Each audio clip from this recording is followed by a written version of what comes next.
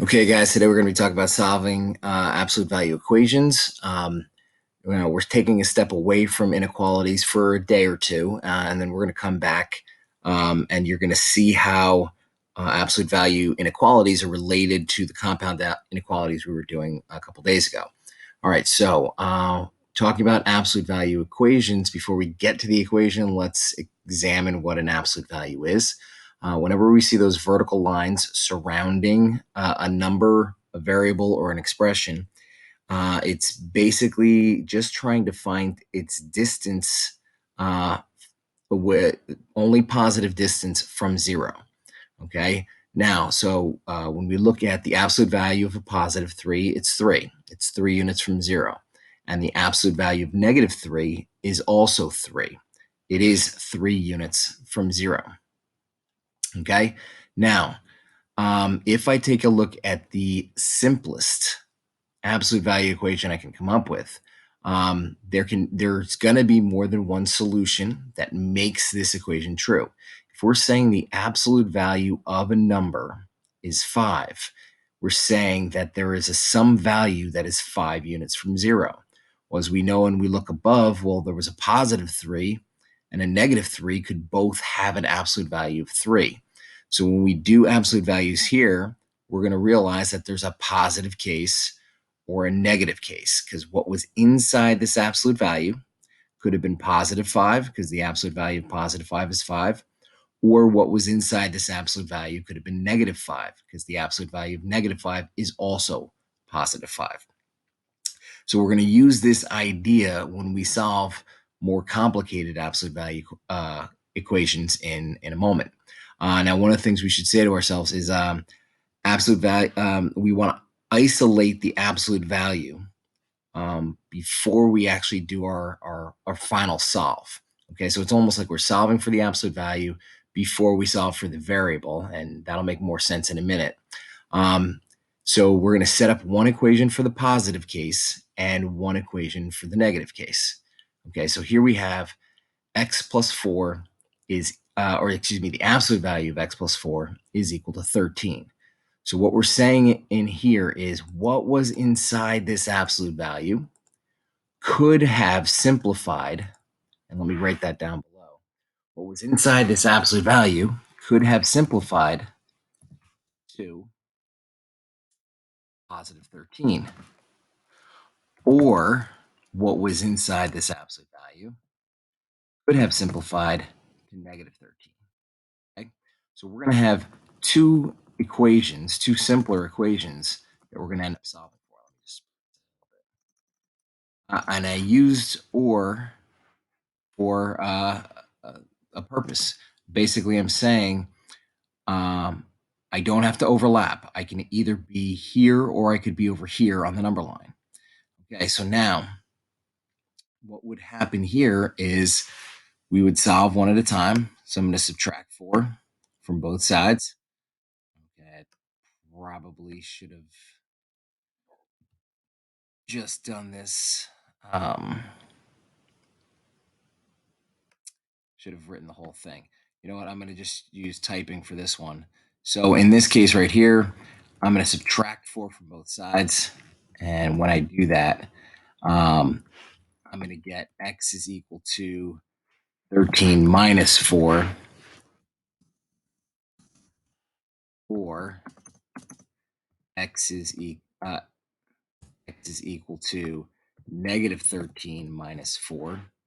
It will simplify this in a moment. And 13 minus 4 is going to give me 9, or negative 13 minus 4 is going to equal negative 17. I'm going to get two solutions in this case. And if you recall, when we had multiple solutions, this is back from our factoring unit, we like to state them in the order that we'd see them on the number line. And we're going to put them in braces so as not to be confused with a coordinate. Okay, so our solutions, our two possible solutions for x, is negative 17 and positive 9. Now, I'm going to draw out the next example. here. So if we're looking at this, the absolute value is all by itself. And what we're saying in here is what was inside here the absolute value could have been positive 18. So all this could simplify to positive 18 because the absolute value of positive 18 is 18. Or all that was inside here could have simplified to negative 18 because the absolute value of negative 18 is also positive 18.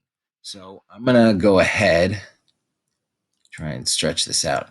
3x plus 6 is equal to 18. And again, I'm going to need a separate answer, so I'm going to use the word or. 3x plus 6 could have simplified to the negative case, negative 18. So we'll subtract 6 from both sides. Subtract 6 from both sides. Okay, that cancels. I'm going to have 3x is equal to 12. Okay, and divide by 3. And over here, one of my possible solutions could have been positive 4. And over here, that cancels. This is going to give me 3x is equal to negative 24. We'll divide by 3. And x is equal to negative 8. Okay, so the solution set here, again, oh, wow, change that. Negative 8, comma 4 would be the set. And those braces look pretty awful right now. Okay, now let me click back. Let's continue over here. Now, one thing that we're going to have to be wary of. More room here. In this, I can't directly set up the positive case and the negative case just yet. Okay, the absolute value is not by itself. So we're going to treat this almost like we would a normal equation if that were to behave as the variable. If this was just another variable, let's say u, so 2u minus 7 equals 19, the first thing we would have to do is solve for the variable. So I'm going to add 7 to both sides, and that gives me 2. Absolute value of x plus 1 is equal to, this is going to give me 26. At this point, I divide both sides because although absolute value behave like parentheses, we can't distribute across them. Okay, they as far as grouping symbols, we'll save them to the end, but they don't behave like parentheses. They're different. Okay, so now I can get x plus 1, or the absolute value of x plus 1 is equal to positive 13. And now that the absolute value is isolated, I can say what was inside here could have been a positive 13 because the absolute value of 13 is 13. Or what was inside here could have been a negative 13 because the absolute value of negative 13 is also positive 13. So I'll set up for the positive case. X plus 1 is equal to 13. Or I'll set it up for the negative case. X plus 1 could have simplified to negative 13. Now we'll solve them one at a time. So minus 1, minus 1. This is going to give me x is equal to 12. Or minus 1, minus 1. X is equal to negative 14. Okay, so I know I'm terrible at these braces with the mouse. So negative 14 would come first on the number line, comma 12. And I'll close the set. All right, we'll take a look at one more example. And then I'll model some of the IXL work that you guys are going to be doing. So similar again, we've got the absolute value, but you've got some things happening on the outside. So I want to isolate the absolute value. So I'm going to back out the subtraction. So I'll add to both sides. This is going to give me 3 times 2x plus 4 in absolute value is equal to 24.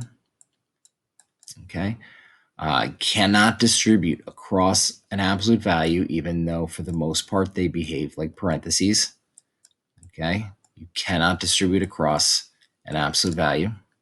So this is going to give me absolute value of 2x plus 4 is equal to 8. Okay, so now once this is isolated, I can say what was inside here could have been a positive 8 because the absolute value of positive 8 is 8, or what was inside here could have been a negative 8 because the absolute value of negative 8 is also positive 8. So we'll say what was inside there could have equaled positive 8, or what was inside there could have equaled negative 8.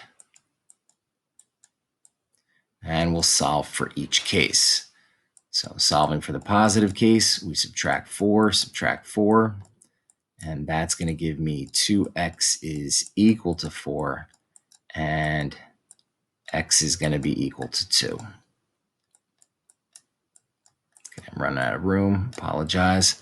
Okay, we're going to subtract 4 from both sides. That cancels. This is going to give me 2x is equal to negative 12. We'll divide by 2.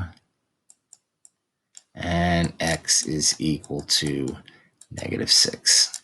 Okay, so the set of our solutions, negative 6 and positive 2. Okay, so absolute values, we're going to be solving for 2 cases. Now, what we're going to find later, we're going to take a look at other examples, more advanced examples as the week goes on, that you start off every problem looking for 2 solutions. There are some times where you'll only have one and sometimes where you'll have none. But you always end up looking for a positive and negative case. So we're hunting for 2 solutions. We may only have one, or we could have 0.